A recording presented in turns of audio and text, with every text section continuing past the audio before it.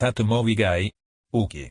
If you follow my channel, you know that I don't always go for the big movies at film festivals, and I always try to find a more interesting, a lot more obscure films that I can actually talk about and then eventually get more people watching and discussing these films. And Richard Billingham's Ray and Liz was on top of my radar at LFF. If you don't know Billingham, he is actually one of the most prolific artists of the last 20 years. He is best known for the documentation of his mother and father and how alcoholism and the Thatcher era really has affected their lives. And all of the photography and the video documentation has always taken place within the council estate that they were raised in. He released a book called Raise a Laugh in 1996, and then later we had a documentary in 1998 called Fish Tank. And in 2016, we actually had a first short film called Ray, and now he has developed to Ray and Liz. It has had many backings from various film funds and through Kickstarter, and here we are now discussing Ray and Liz. Ray and Liz follows the story of the Billingham family, and we go through three different situations within the confines of their story, and we are in the outskirts of Birmingham, and we are basically just immersing ourselves into what actually happens in their day-to-day life. For me, Ray and Liz is the rebirth of British social realism. I have not watched a film like this for a while. I think it has the essence of Lynn Ramsay's Ratcatcher, along with any Mike Leigh film you can think of, splashed with Terence Davis. I'm not saying I love the film for the context of it, but I admire what Billingham has created. It is a very bittersweet story.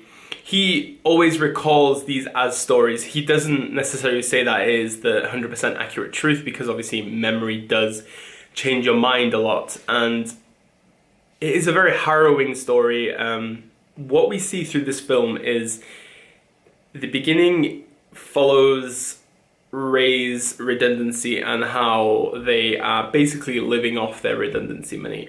And we eventually go to another point where the money's running out. The kids are basically living their own lives. They're staying at other people's houses or fending for themselves. And in some ways, you can see this being a very saddening film. But there is a strange sweetness within the younger actors within the film.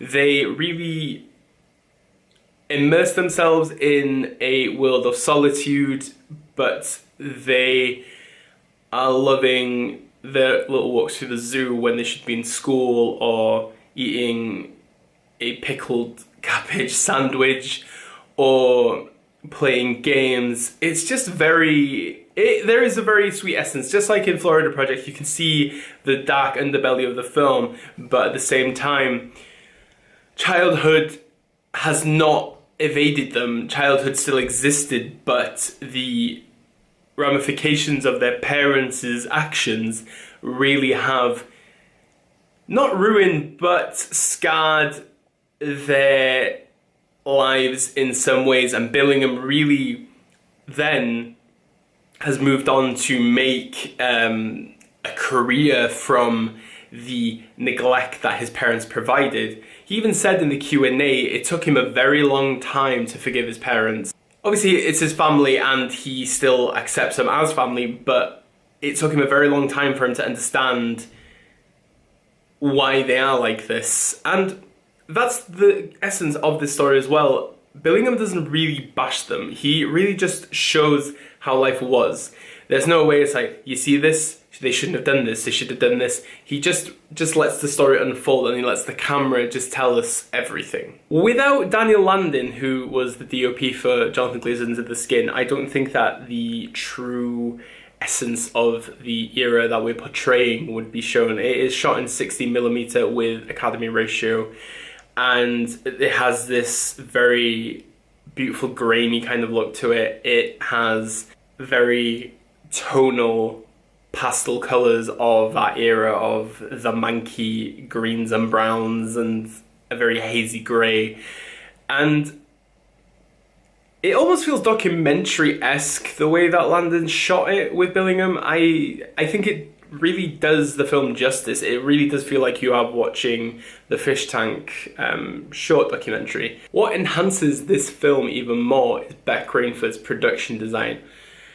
I remember those plates. I remember those mugs. I was born in 1987, so obviously the remnants of the 70s like decor still existed, and I remember the food, how it looked like, how a packet of cigarettes looked like. It was very genuinely authentic, and it really just enhances this powerful story. It just gives a lot more of a perspective of the era, and that's why you do feel like it's very documentary based. With the cast, you cannot believe how much they've embodied Ray and Liz. Obviously there is so much subject matter that you can go through. Billingham has so much video, so much photos of them, and I cannot believe the immense power that they have given to the film. Ella Smith and Justin Salinger played the younger version of Ray and Liz, and I am hauntedly scared of how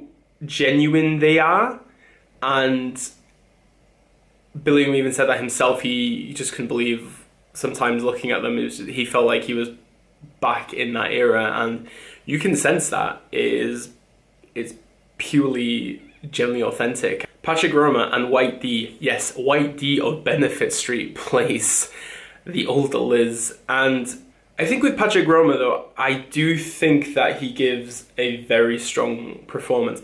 It's not very heavy dialogue based, his side of the story, but his loneliness and his solitude, along with his 2 bottles of homebrew every day and cigarettes and that little fireplace he has, it just really shows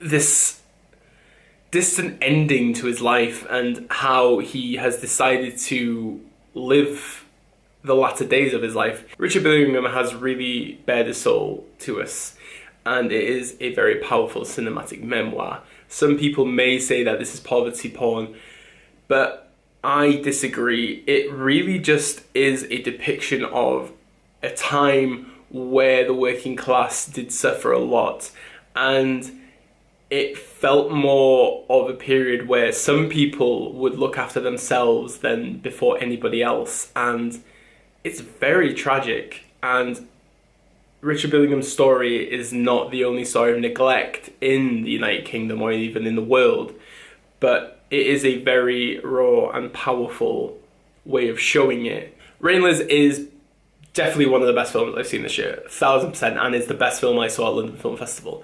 And I would encourage anybody that is a fan of Richard Billingham or a fan of new voices in cinema to go and watch this when it will be available in the United Kingdom and worldwide and on demand. I would highly, highly recommend it.